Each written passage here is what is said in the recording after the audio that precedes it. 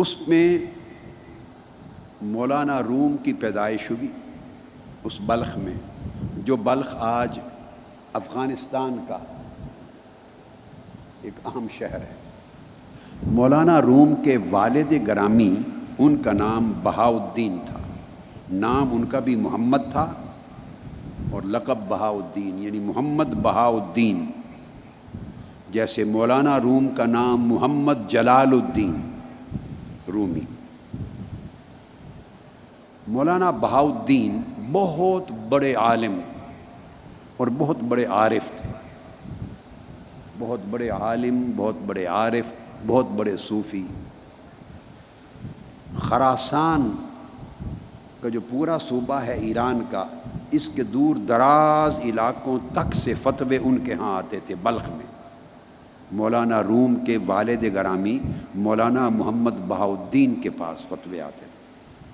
آپ کا معمول تھا کہ ہر روز صبح سے دوپہر تک علوم درسیہ کا درس دیتے مولانا بہاؤالدین بلخی، صبح سے زور سے قبل تک تفسیر، حدیث، فقہ اور علوم معقولات و منقولات کا درس دیتے۔ ظہر کے بعد حقائق، معارف اور اسرار کا بیان ہوتا،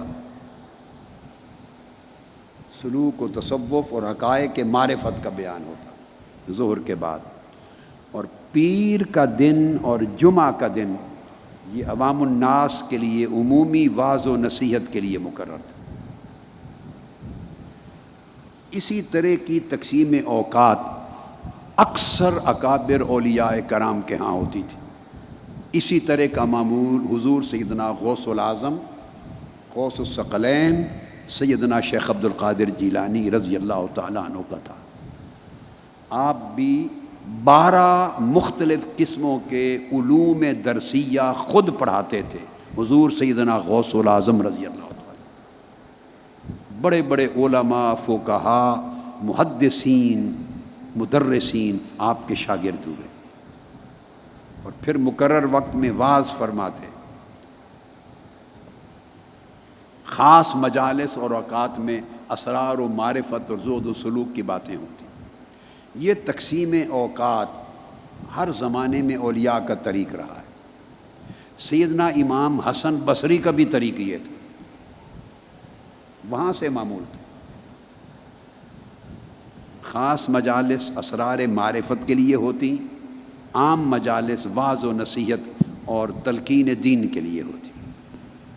جب مولانا بہاؤالدین بلخی کا دور تھا، مولانا روم کے والد گرامی کا، اسی زمانے میں امام فخر الدین رازی حیات تھے۔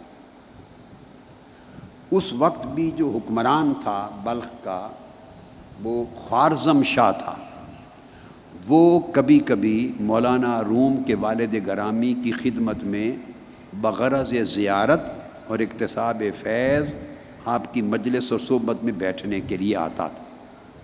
تو خوارزم شاہ آپ کی خدمت میں آ کے بیٹھتا، اور جب آتا تو اکثر و بیشتر امام فخر الدین رازی جو صاحب تفسیر کبیر ہیں وہ بھی خوارزم شاہ کے ساتھ ہوتے اور مولانا بہاؤالدین بلخی کی مجلس میں حاضر ہوتے۔ امام فخر الدین رازی۔ پھر دوسری طرف یہی زمانہ حضرت نجم الدین کبریٰ کا تھا، اکابر اولیاء کا زمانہ۔ تو خوارزم شاہ کو آپ سے خاص عقیدت تھی۔ ایک دن یہ بادشاہ خوارزم شاہ حضرت مولانا بہاؤالدین محمد بہاؤالدین بلخی کی خدمت میں حاضر ہوا تو دیکھا کہ آپ کی مجلس میں ہزاروں لوگوں کا ہجوم ہے، سمندر ہے لوگوں کا، آپ کا درس سن رہے ہیں۔ اتنا بڑا اجتماع دیکھ کر اس کو گھبراہٹ پیدا ہو گئی اپنے اندر۔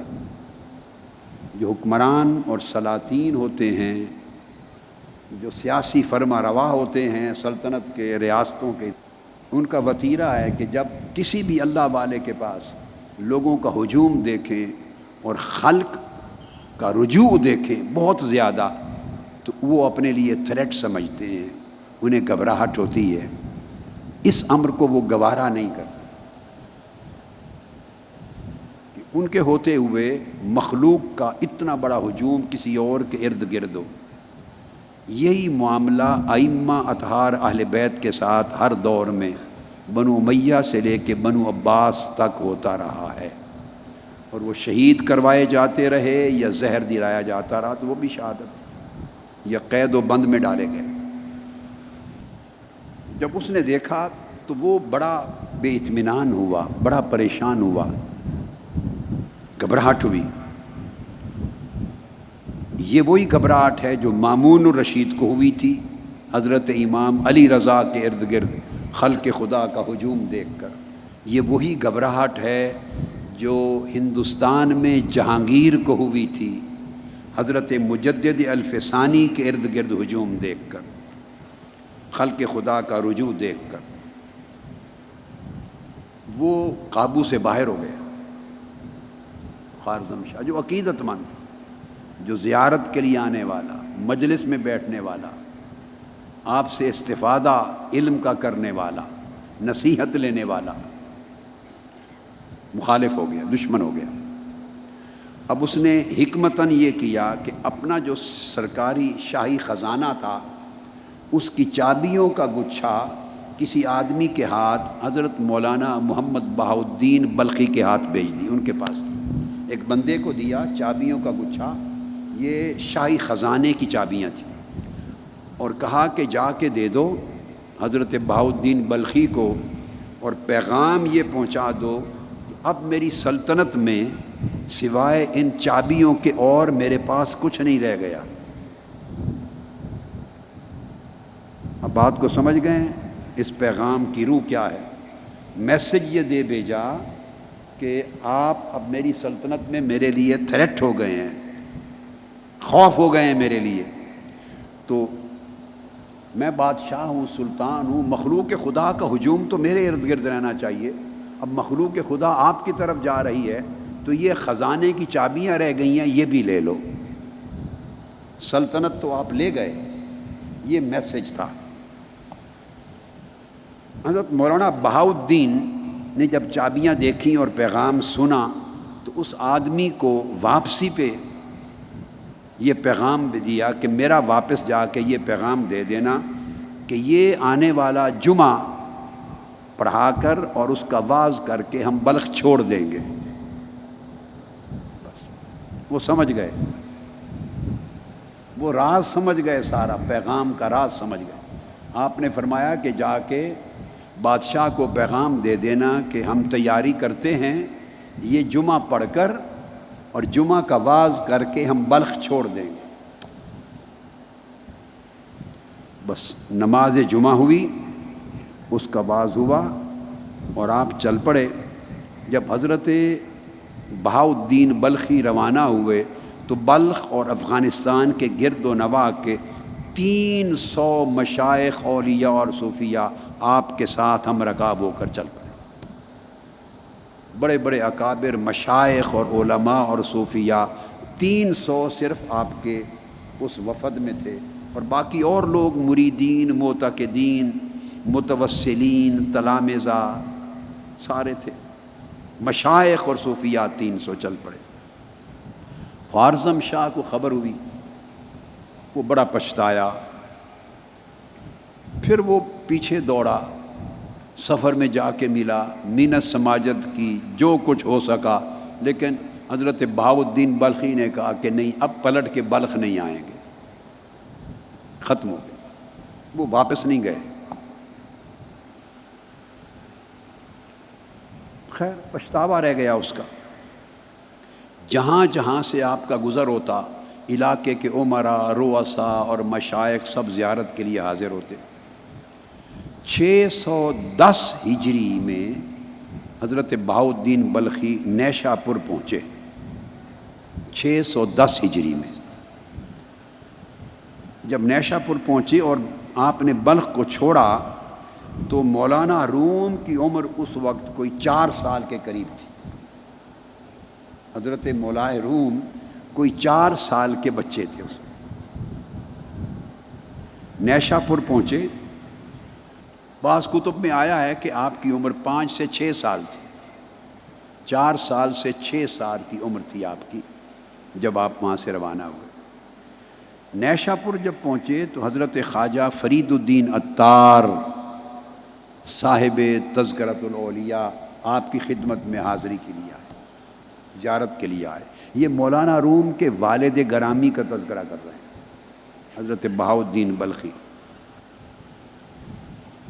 حضرت خواجہ بہاؤالدین بلخی سے آ کے ملے، اور 5-6 سال کی عمر کا بچہ جو بعد میں مولائے روم بنا، اس کو دیکھ کر ان کے ماتھے پہ چمکتا ہوا ستارہ دیکھا، روحانی بخت کا ستارہ،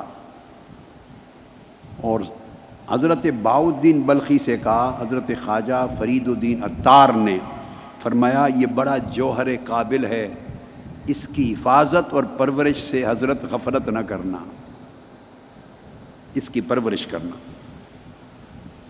خواجہ فرید الدین عطار نے اپنی ایک مثنوی لکھی تھی، اس کا نام تھا اسرار نامہ، تو اپنی مثنوی اسرار نامہ کا ایک نسخہ آپ کو پیش کیا۔ اس کے بعد آپ پھر نیشا پور سے آگے چل پڑے۔ الغرض مختلف جگہوں پر ہوتے ہوتے آپ آگے پہنچے، مختلف اطراف و اکناف میں مختلف ملکوں شہروں سے گزرتے ہوئے آئے۔ یہ جو موجودہ جگہ ہے ترکی کی شہر قونیہ، جہاں مولانا روم کا مزار اقدس ہے، یہاں کا بادشاہ تھا، بادشاہ تھا سلطان علاؤ الدین کیقوباد۔ سلطان علاؤ الدین کیقوباد یہ بادشاہ تھا۔ سلطان علاؤ الدین کیقوباد یہ سلجوقی سلطنت تھی، سلطنت سلجوقیہ، اس کا وہ فرما روا تھا۔ یہ سلجوقی سلطنت یہ کوئی 220 سال تک پورے ایشیائے کوچک پر رہی ہے، اور اس ساری کو سلطنت روم کہتے تھے۔ وہ مشرق وسطیٰ تک جاتی تھی، ترکی، استنبول اور سارے خطوں کو ڈال کر۔ وہ اس وقت حکمران تھا۔ اس کے لوگ سلطان علاؤ الدین کیقوباد کے، اس کے کچھ لوگ وہ جہاں مولانا بہاؤالدین بلخی قیام پذیر تھے تو ان سے ملنے کے لیے وہاں آئے، اور ان کے احوال دیکھے، ان کا زہد و ورع دیکھا، ان کی معرفت دیکھی، مقام و مرتبہ دیکھا، اور سارے کچھ احوال جا کر انہوں نے سلطان علاؤ الدین کیقوباد کو ان لوگوں نے بتائے۔ اس سے وہ بڑا متاثر ہوا، اور اس نے دل ہی دل میں گویا مولانا روم کے ساتھ اپنی ارادت کا رشتہ قائم کر لیا، اور درخواست بھیجی کہ بلخ سے آپ چل پڑے ہیں تو اب ہمارے ہاں قونیہ میں آ کے اقامت اختیار کریں۔ دعوت دی قونیہ میں قیام پذیر ہونے کی۔ اب روانہ ہوئے۔ اس وقت جب آپ درمیان میں کئی مقامات سے وہ ہوتے ہوئے تھوڑا تھوڑا قیام کرتے ہوئے چلے، جب مولانا روم کے والد گرامی قونیہ پہنچے تو اس وقت مولانا روم کی جو عمر ہے، اس میں درمیان میں زنجان بھی رہے، عرصہ قیام رہا۔ زنجانی جہاں سے مشائخ اور اولیاء ایران کے حصے میں ہیں، وہاں بھی آپ کا قیام رہا، اور مختلف شہروں میں ممالک میں بھی رہے۔ لیکن بالآخر جب قونیہ پہنچے تو مولانا روم کی عمر اس وقت کوئی لگ بھگ 17-18 سال تھی، 17-18 سال کے قریب۔ اس دوران دمشق سے بھی گزرے، وہاں حضرت شیخ اکبر محی الدین ابن العربی کے ساتھ ملاقات ہوئی۔ جب دمشق گئے ہیں تو اس وقت مولانا روم کی عمر لگ بھگ 11 برس کی تھی، 10-11 برس۔ شیخ اکبر نے دیکھا، آگے آگے والد تھے حضرت بہاؤالدین بلخی، پیچھے ان کا بیٹا 11 سال کا محمد جلال الدین جو ابھی رومی نہیں ہوئے۔ ان کو دیکھا تو شیخ اکبر نے جب وہ رخصت ہوئے تو فرمایا سمندر دریا کے پیچھے پیچھے جا رہا ہے.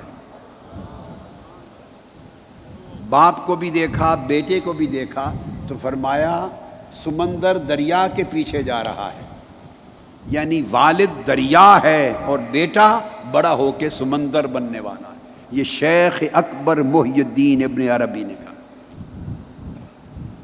جب کونیا جا کے آباد ہوئے اس وقت آپ کی عمر کوئی 17 برس 18 برس کے قریب تھی. مولانا روم کی سلطان علاء الدین کیقوباد نے باہر نکل کے استقبال کیا، بڑے تزک و احتشام سے استقبال کیا، اور گھوڑے سے نیچے اترا، پیادہ پا ننگے پاؤں زمین پر دیر تک آپ کے استقبال میں ساتھ چلتا رہا. ایک عالی شان مقام پر جا کے آپ کو ٹھہرایا، ضروریات مہیا کی، اور پھر اکثر و بیشتر آپ کی صحبت اور مجلس میں آ کے بیٹھتا. مولانا شیخ بہاؤالدین بلخی نے 628 ہجری میں 628 ہجری جمعہ کا دن تھا، 18 ربیع الثانی، اس دن وفات پائی. 628 میں وفات ہوئی، اور مولانا روم کی ولادت 604 ہجری میں ہوئی تھی. تو 604 ہجری میں ولادت ہے، اور جب والد گرامی حضرت بہاؤالدین بلخی کا وصال ہوا تو مولانا روم کی عمر گویا اس وقت 24 سال تھی. 24 سال عمر تھی. ابتدائی تعلیم حضرت بہاؤالدین بلخی نے خود دی اپنے بیٹے کو. پھر آپ کے تلامذہ اور مریدین میں سے ہی ایک بڑے نامور عالم تھے حضرت برہان الدین محقق، ان کے سپرد کیا. بہت بڑے نامور عالم تھے، انہوں نے تربیت بھی دی، اتالیق مقرر کیا، استاد مقرر کیا، اور علوم و فنون تمام معقولات و منقولات اکثر و بیشتر ان سے پڑھے. جب کونیا پہنچے تھے مولانا روم تو عمر 18-19 برس تھی. 24 برس کی عمر میں والد گرامی کا وصال ہو گیا. علوم پڑھ کے تو پھر آپ والد گرامی کے وصال کے دوسرے سال 629 میں جب آپ کی عمر مولانا روم کی 25 برس ہوئی تو علوم اور فنون کی تکمیل کے لیے پلٹ کے پھر ملک شام چلے گئے. شام زیادہ تر قیام علوم کی تکمیل میں آپ نے دمشق اور حلب 2 جگہوں پر رکھا. اب وہاں مدارس کے نام ہیں اور اساتذہ کے نام ہیں، وہ تفصیلات. زیادہ قیام علوم اور فنون کی تکمیل میں آپ کا دمشق اور حلب میں رہا. بڑے بڑے اکابر علماء تھے، مدرس تھے، کمال الدین حلبی اور اکابر، عمر بن احمد بن ہبۃ اللہ، اور بڑے بڑے محدث، بڑے بڑے حفاظ حدیث کے، مؤرخ، فقیہ، مفتی، اور بڑے بڑے فقہا اور بڑے بڑے ادیب اور عالم اور مفسر آپ کے اساتذہ تھے. ان مدارس میں آپ نے، اور آپ علوم الفقہ میں بڑے وسیع مہارت اور معرفت رکھنے والے عالم تھے. مولانا روم تمام مذاہب کے متبحر عالم تھے، اور علم الخلاف جو مختلف مذاہب کے مابین خلافیات ہیں اس کے اوپر بڑے مناظر تھے. مجادلہ اور مناظرہ کے بہت بڑے عالم، متخصص اور ماہر تھے، اور علوم کی مختلف انواع پر بڑا تبحر تھا، بڑی مہارت تھی. الغرض ظاہری علوم دینیہ میں، معقولات اور منقولات میں اس زمانے میں مولانا روم کا کوئی ہم پایا شخص نہیں تھا. دنیا سے بڑے بڑے فتوے آپ کی طرف آتے، لوگ استفسار کرتے، اکتساب فیض کرتے. آپ پھر درس دیتے اپنے طلباء کو، گھر میں بھی، اپنے مدرسہ میں، مدرسہ آپ کے لیے بنا دیا گیا کونیا میں، اور آفاق میں آپ کا شعرا تھا، ڈنکا بجتا تھا علوم میں تبحر کا. اس زمانے میں جب آپ تکمیل کر کے واپس آباد ہو گئے تھے کونیا میں، ادھر ایک بزرگ ہیں حضرت شمس الدین تبریز. حضرت سلطان شمس تبریز، وہ تبریز سے چلتے ہیں، بڑے عارف اور بڑے عاشق تھے، سلطان العاشقین تھے اور سلطان العارفین تھے۔ وہ حضرت شیخ بابا کمال الدین جندی کے مریدین میں سے تھے، ان سے اکتتاب فیض کیا تھا۔ جب حضرت سلطان العاشقین حضرت سلطان شمس تبریز نے جب تکمیل کر لی مقامات میں، معرفت میں، زہد میں، سلوک میں، تصوف میں، مراحل عشق میں، مراحل معرفت میں، تو آپ کے شیخ نے ان سے فرمایا حضرت شمس تبریز سے کہ شمس تبریز روم جاؤ، وہاں ایک دل سوختہ ہے، ایک دل سوختہ تمہارے انتظار میں ہے، جس کا دل عشق الہی کی آگ میں جلا چاہتا ہے، اس کے لیے روم جاؤ۔ ایک روایت۔ دوسری روایت میں یہ آتا ہے کہ آپ نے دعا کی ایک رات اپنے مراقبے کے بعد حضرت شمس تبریز میں کہ مولا مجھے کوئی ایک شخص عطا کر دے جو میری صحبت اور میری توجہ کا متحمل ہو سکے، میری صحبت کا فیض سنبھال سکے، جو کچھ میں دینا چاہتا ہوں وہ لے سکے اور سنبھال سکے، ایک شخص دے دے۔ تو آپ کو اشارہ ہوا کہ پھر قونیہ جاؤ، وہاں جلال الدین رومی نام نہیں مگر وہاں ایک شخص تمہاری انتظار میں، وہ تمہاری صحبت اور تمہاری توجہ اور تمہارے فیض کا بوجھ اٹھا لے گا اور سنبھال لے گا۔ اب آپ کے احوال اور تراجم کی کتب میں آیا ہے کہ جب حضرت سلطان شمس تبریز قونیہ پہنچے تو پہلے ایک کاروان سرائے میں پہنچے۔ مختلف روایات ہیں، پہلی ملاقات ہوئی یا دوسری ملاقات تھی۔ ایک روایت کے مطابق آپ جب پہنچے تو مولانا روم کا شہرہ تھا، بڑی شہرت تھی، تمکنت تھی، بڑا وجاہت تھی، بڑا وقار تھا، بڑا نام تھا، اور مرجع خلائق تھے آپ، اور علماء اور فقہا رجوع کرتے تھے۔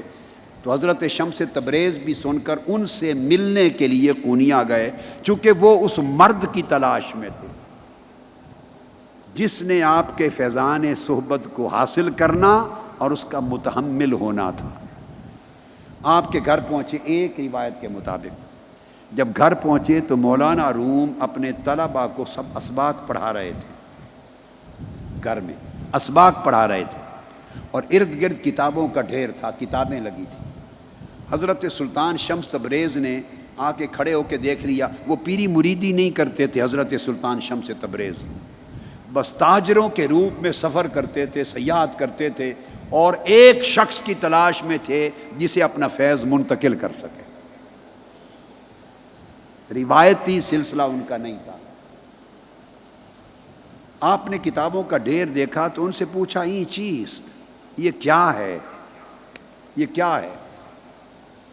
مولانا روم نے جواب دیا، یہاں چیز اس کہ تو نہ جانے، یہ وہ چیز ہے اے درویش کہ تو نہیں جانتا اسے، یہ وہ چیز ہے کہ اسے تو نہیں جانتا۔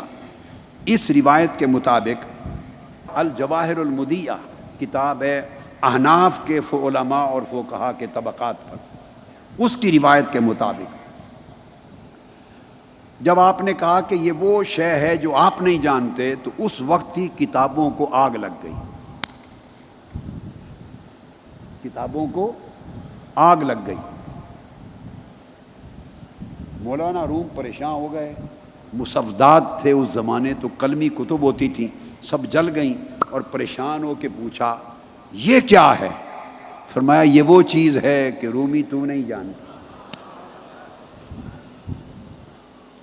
جو کچھ پہلے تھا وہ ہم نہیں جانتے، جو اب ہو گیا وہ آپ نہیں جانتے۔ کتابیں تو مولانا روم کی درخواست پر حضرت سلطان شمس تبریز نے واپس پلٹا دی، مگر مولانا روم کے دل میں آگ لگ گئی، عشق کی آگ بھڑک اٹھی، یہ وہ پہلی چنگاری تھی جو جلی۔ اب ایک اور روایت بھی آپ کی ملاقات کے حوالے سے دوسری آتی ہے، اور وہ یہ کہ مولانا روم ایک تالاب کے کنارے، اپنے مدرسہ کے تالاب کے کنارے طلباء کو پڑھا رہے تھے۔ حوض تھا، پہلے زمانے مساجد کے اکثر سینوں میں، مدارس میں حوض ہوتے تھے، اس کے کنارے بیٹھ کے پڑھا رہے تھے۔ کچھ کتابیں رکھی تھیں اور حضرت شمس تبریز نے اس موقع پر پوچھا کہ یہ کیا ہے جلال الدین، یہ کیا ہے؟ آپ نے جواب دیا یہ قیل و قال ہے، یہ قیل و قال ہے۔ مولانا روم اٹھے، حضرت سلطان شمس تبریز نے ساری کتابیں اٹھا کے اس تالاب میں پھینک دی، پانی میں۔ نسخے تھے، مسودات تھے، سیاہی پانی میں گل گئی۔ مولانا روم کو خبر ہوئی، پلٹ کر آئے، طلباء چیخے، بڑا ہنگامہ کھڑا ہوا۔ مولانا روم نے ضبط کر کے پوچھا یہ کیا ہے؟ فرمایا حضرت سلطان شمس تبریز نے وہ قیل و قال تھا، یہ عالم حال ہے۔ پوچھا یہ کیا ہے؟ فرمایا عالم حال ہے۔ یہاں سے مولانا روم حال کی دنیا میں داخل ہو گئے، حال کی دنیا میں داخل ہو گئے۔ اور آپ نے کہا یہ کتابیں تو نایاب تھی، فرمایا گھبراتے کیوں ہو؟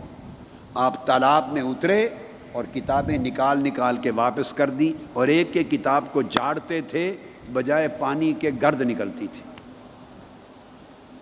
وہ پوچھتے رہے یہ کیا ہے؟ فرمایا وہ قیل و قال تھا، اب یہ عالم حال ہے۔ مولانا روم نے کہا کہ اس حال میں ہمیں بھی داخل کر دیں، اس حال میں ہمیں بھی داخل کر دیں۔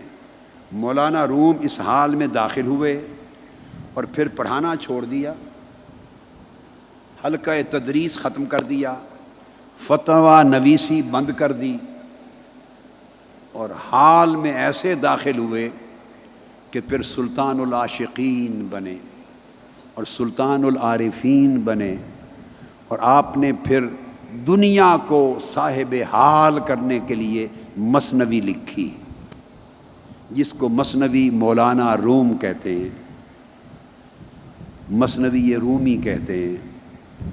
اور پھر وہ اس حال کا ذکر شروع کرتے ہیں، مولانا روم اس مثنوی میں اس حال کا ذکر شروع کرتے ہیں اور آغاز کرتے ہیں بشنو از چوں حکایت می کند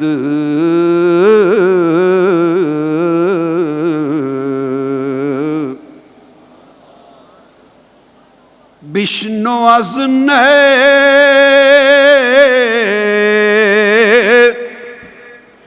چوں حکایت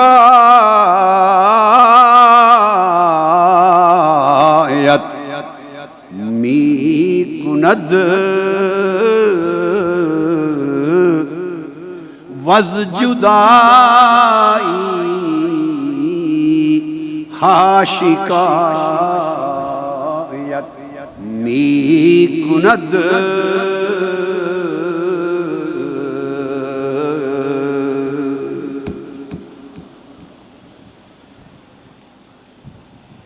یہاں سے وہ حال کی زبان میں بولنا شروع کرتے ہیں اور فرماتے ہیں اے طالب بانسری سے سن کیا کہانی بیان کرتی ہے، بانسری سے سن کیا کہانی بیان کرتی ہے، اور کن کن جدائیوں کی کیا شکایت کرتی ہے۔ ہائے ہائے، یہ نہیں کہا کہ جدائی کی شکایت بیان کرتی ہے، نہیں، وز جدائی ہا، کتنی جدائیوں کی شکایت بیان کرتی ہے۔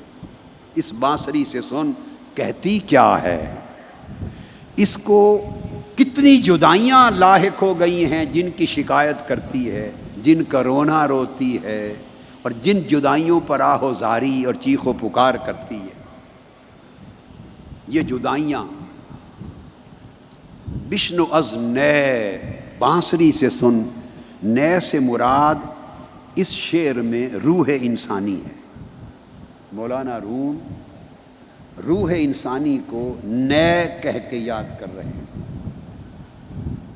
اس بانسری سے سن، یعنی اے بندے اپنی روح سے سن، روتی ہے، کوئی حکایت بیان کرتی ہے، کوئی کہانی سناتی ہے، ہائے ہائے ہائے، اس روح کا رونا سن، کوئی کہانی سناتی ہے، اور کتنی جدائیاں ہو گئی ہیں، کس کس شے سے جدا ہوئی ہے، اس کا شکوہ دکھڑا سناتی ہے، وہ روح ہے۔ روح ایک وقت میں عالم ارواح میں، عالم ملکوت میں رہتی تھی، عالم ملکوت میں رہتی تھی۔ عالم ملکوت، اسے عالم ارواح بھی کہتے ہیں، آسمانی دنیا سے ورا کا، اوپر کا عالم۔ اس کو عالم امر بھی کہتے ہیں، اسے عالم غیب بھی کہتے ہیں۔ یہ سارے نام ایک ہی عالم کے ہیں، عالم ارواح، عالم ملکوت، عالم امر، عالم غیب۔ روح جب وہاں تھی تو اس کے کئی تعلقات تھے، اسے کئی قربتیں حاصل تھیں۔ پھر رب کریم نے جب فیصلہ کیا کہ روح انسانی بدن میں ڈالی جائے گی، تو جب وہاں تھی تو اللہ رب العزت کی قربت اور اس کی محبت اور اس کی معرفت میں مشغول تھی، مستغرق تھی، معرفت الہیہ کے انوار میں مشغول و مستغرق تھی۔ اور پھر اسی عالم ملکوت کو سمجھا دوں، وہاں سے جب جدا کر کے بدن انسانی میں ڈال دیا گیا تو وز جدائی ہا، اس کی کئی جدائیاں ہوئیں۔ وہ جدائیاں کیا ہیں؟ ایک تو عالم ملکوت سے جدا ہو گئی، عالم ارواح سے جدا ہو گئی، پھر عالم ارواح کے ساتھ جہاں عالم ملکوت ختم ہوتا ہے، اس کے ساتھ ایک اور عالم جڑا ہوا ہے اوپر، اس کو عالم جبروت کہتے ہیں۔ وہ عالم جبروت ملکوت کے پڑوس میں ہے اوپر۔ اس عالم جبروت میں اسماء الہیہ کی تجلیات تھیں، اس عالم جبروت میں صفات الہیہ کی تجلیات تھیں، اس کو عالم جمع بھی کہتے ہیں۔ اور اسمائی، صفاتی، انوار و تجلیات سے وہ عالم روشن رہتا تھا۔ عالم ملکوت میں رہتے ہوئے اسے عالم جبروت کا پڑوس میسر تھا، نیبرہڈ میسر تھی۔ وہاں جہاں اسماء الہیہ کے انوار اترتے تھے، وہ عالم جبروت جہاں صفات الہیہ کی تجلیات اترتی تھیں، جہاں فرقتیں نہیں تھیں، تو عالم ملکوت میں خود رہنا، فرشتوں کا ساتھ اور سنگت، نیک روحوں کی سنگت، پاکیزہ لطیف جواہر، پھر ان کی عبادتیں، ان کے ذکر، ان کے اذکار، ان کے سجدے، اور پھر وہ قبلہ، وہ کعبہ وہاں کا، پھر اس کے طواف، پھر اس کے ذکر و اذکار، پھر عالم جبروت کے جلوے، اور وہاں سے چھن چھن کر آنے والے انوار و تجلیات جو ملکوتی مخلوق کو ملتے تھے اور آتے تھے عالم جبروت سے۔ پھر عالم جبروت جہاں ختم ہوتا تھا، جبروت کے ساتھ جڑا ہوا اوپر ایک اور عالم تھا، اس کا نام تھا عالم لاہوت۔ اور عالم لاہوت میں ذات الہیہ کے انوار و تجلیات اترتے تھے۔ تو ملکوت کی دنیا میں رہتے ہوئے روح کو، اس بانسری کو، روحانی بانسری کو، ملکوت کا نورانی ماحول تو میسر تھا ہی، مگر جبروت کا پڑوس اور اس کی صحبت و قربت بھی تھی۔ اوپر ذات الہیہ کے انوار و تجلیات کا عالم، عالم لاہوت بھی تھا۔ ملائکہ کی آوازیں بھی سنائی دیتی تھیں، ملائکہ کے سجدوں کی تسبیحات بھی سنائی دیتی تھیں، عالم ملکوت میں گونجتے ہوئے ذکر الہی کے نغمات بھی سنائی دیتے تھے۔ عالم نور تھا، وہاں نہ کوئی حرص تھا نہ ہوس تھی، نہ کسی کا کوئی لالچ تھا نہ شہوت تھی، وہاں کسی کے اندر نہ کوئی حقد تھا نہ حسد تھا، نہ شہوات تھی نہ خواہشات تھی، نہ تکبر تھا نہ عناد تھا، نہ بغض تھا نہ عداوت تھی، وہاں کثافت نہیں تھی، لطافت ہی لطافت تھی، وہاں جسمانیت نہیں تھی، نورانیت ہی نورانیت تھی، غلاظت نہیں تھی، طہارت ہی طہارت تھی۔ پھر اس کے نور کے جلوے تھے اور ذکر کے ماحول تھے، روح اس ماحول میں پیدا ہوئی، وہاں پلی وہاں رہی، اسی سے آگاہ تھی، اس کے اندر نفسانی شہوت اور غضبی صفات ضمائم کی کوئی شے نہ تھی۔